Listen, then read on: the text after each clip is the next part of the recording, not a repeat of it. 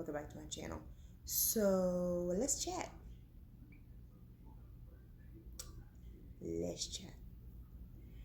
And I ain't gonna make no disclaimers. I'm not gonna make any apologies. We're just gonna chat. And hopefully we'll start some discussions down in the comments, and I will put some really good videos in the description bar, because I am not the most articulate person ever, and I am thinking as I'm talking, which is never a good thing, so who knows how over the place I am. But I hope that you will listen to this video in its entirety and feel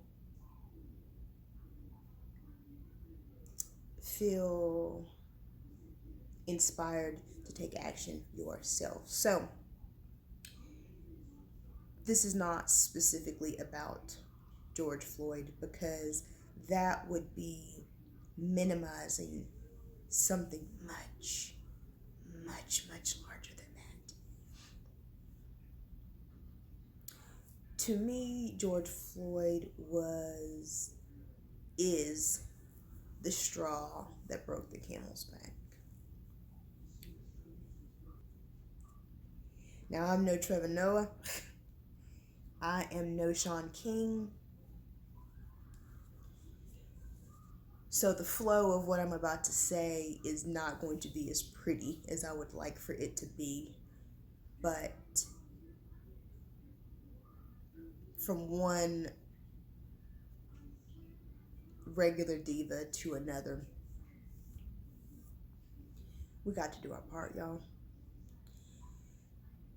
And I think what a lot of times we fail to understand is that our part does not have to be massive. Our part does not have to be global. Our part starts right here. Our part starts in our home. Our part starts at our job. Our part starts in our community. Our part starts small. Because when you start, if every person did something, the end result would be massive. I think back to Kaepernick, and I think back to one man making one gesture and losing everything to make a difference. And if one man can do something like that, why can't I? You know what I mean? Why can't I take my small platforms and do what I can? There's no excuse, is what the answer to that is. There's literally no excuse. You know, I've been pretty vocal these last couple days, mainly on Facebook. It's funny because I was always one who hated Facebook. I always used to say, I hate Facebook, it's so political, it's so negative. I mean, it's just, I can't stand Facebook. I'm an Instagram girl. It's so positive and so creative, and you know, I just feel better over there. What I have learned about myself over this last little bit, and I'm gonna try to tell y'all, let me say, learning about yourself is rough. Because I've learned some not so pretty things about myself that I gotta own. I gotta own it. And I'm gonna be honest with you. I've cried so much over the last little bit for the deaths, of these black men and these black women and these black children. But also for myself. I've wept for their moms and their dads and their family members. And then I've thought about my own black children and my own black family. And you're just constantly in this loop of pain. But as selfish as it sounds, the worst pain has come from admitting how I have allowed racism to thrive in my circle of influence. Living in the South, living in a small town,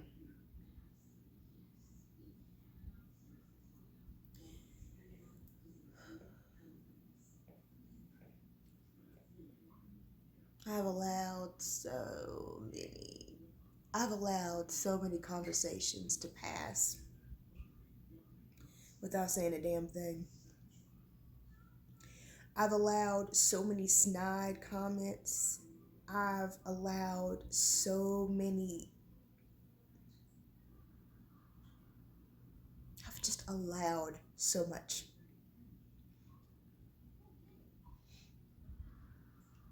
I've been part of the problem because I didn't want to be uncomfortable. And the tears are coming from just the awareness of who I've been and who I became and all that terribleness. It is nothing compared to the pain and the suffering of these families that are literally their loved ones are literally being taken from them because of racism. So these tears are so trite in comparison to the tears of these families and these trite, small. But I want to come on here and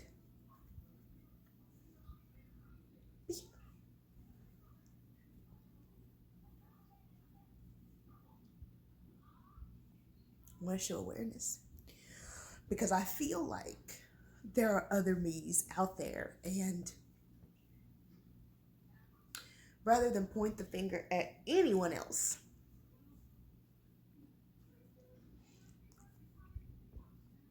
I want to start here and in my circle of influence and start building from there.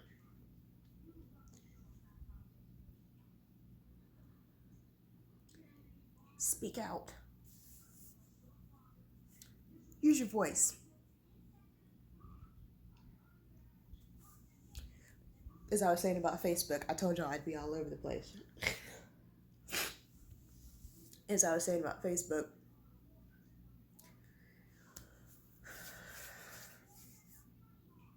I always hated Facebook. I realize now I hated Facebook because it made me uncomfortable.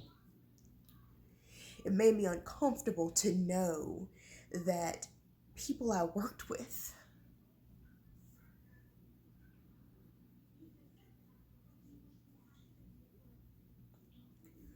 it made me uncomfortable to know what people really thought. That's what Facebook is. I don't know if it's just the comfortableness of the platform or what, but on Facebook you get to know the people who are around you. And even if it's not a straight up comment, it's what they share, it's what they post. It's these. It might be roundabout, but you get to know people. It's almost like you almost get to be that fly on the wall in their home, and that made me uncomfortable because I didn't want to know that Tammy that I worked with voted for 45. I didn't want to know that John that I worked with liked to make racist jokes. I didn't want to know that Sally, who I worked with, was going to church on Sunday but being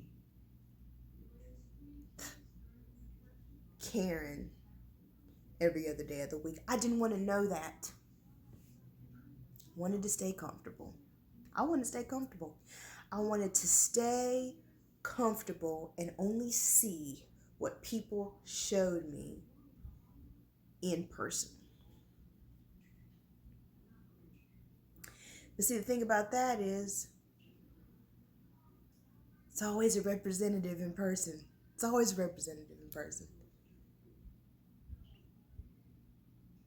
Most people, sometimes racism is so ingrained, it doesn't come out until they're in the privacy of their own home, or they're behind a keyboard.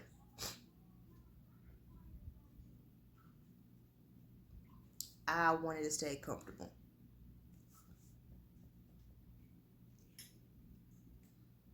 And all that does is perpetuate the problem.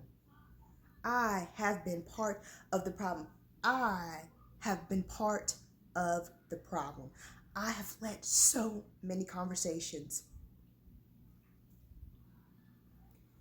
go by without flinching. I've let so many snide comments just roll off my back.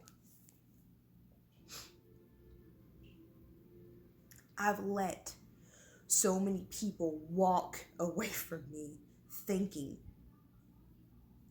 what they said was okay. That's my part.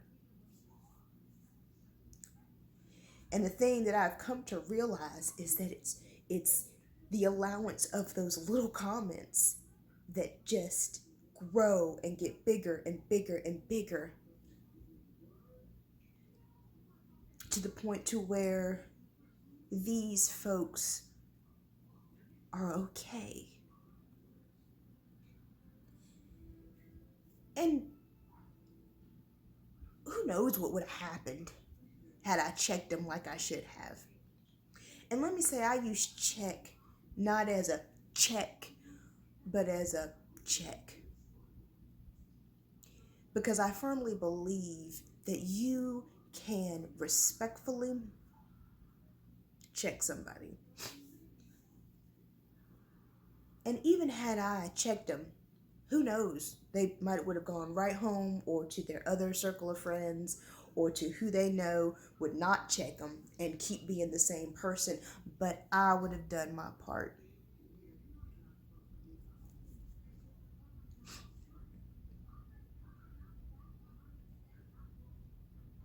I was afraid to come on here because as someone who's trying to grow her YouTube, I watch a lot of videos about staying in your niche, staying on topic, not alienating your audience. I watched so many videos on that. So it was tough. And honestly, I'm ashamed to say this now, but I had originally wanted to do this as a get ready with me because I was hoping that would lighten the situation and that would also get the clicks and the views. But the more I thought about it, the more I realized how that took away from the seriousness of what I wanted to say, and took away from the seriousness of the topic, and took away from the message I wanted to deliver. I say all this to say, check yourself. Change starts small. Remember that Obama's whole campaign was built upon millions of people giving change. It wasn't built on a few large people donating billions. It was built on millions of people donating what they could. So think of this as the same thing. If you have a small platform, use it. Whether that's YouTube, Facebook, Instagram, whatever it is, use it. And even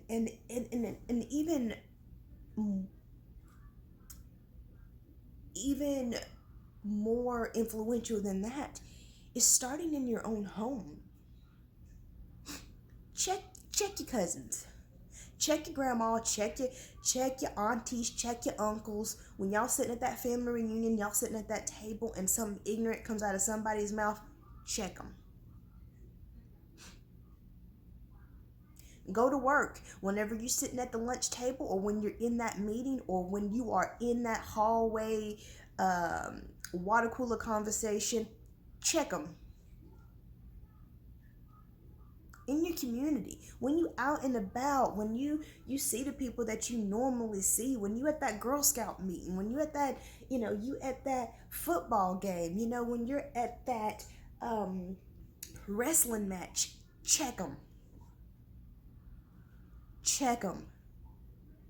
Because again, I firmly believe that when you are continuously allowed to say whatever it is you want to say with no consequence, that allows you to think it's okay.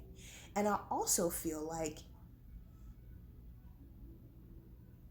checking somebody could open up a conversation to where even if you walk away with two different views, or even if you agree to disagree, that conversation has started.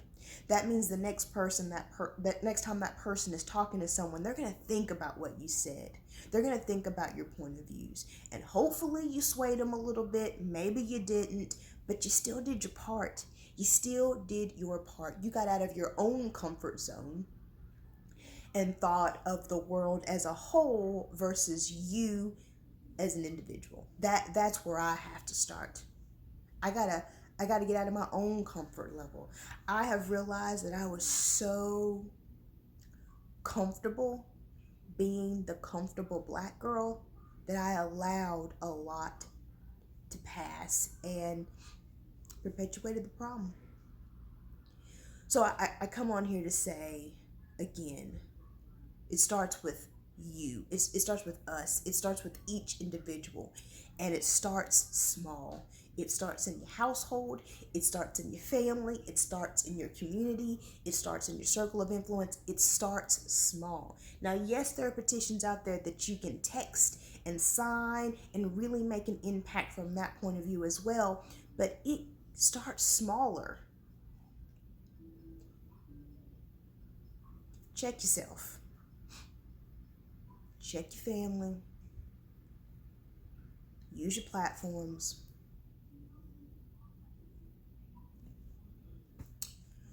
And I hope if you were maybe in my same boat, no judgment, girl. No judgment. I'm 38 and I'm realizing this, guys. So, but all things happen for a reason, right? All things happen for a reason. And I will no longer be silent. So you will hear things in my videos. You will see things on my social media platforms. And I make no apologies about it. And if that means that my growth is slower than it is already, well, if I can go to bed at night and think that I have done a part, so much more I could do. Look, so much more that I could be doing. And I own that. So much more we could all be doing, but I own that there is so much more that I could do. And I'm gonna start doing it. Little by little, conversation by conversation, interaction by interaction, I will no longer be silent. And I urge you to do the same. Do your part. Just do your part, because if everybody did a little, so much would be different. So that's all I wanted to say. I know I was all over the place. Hopefully you could follow.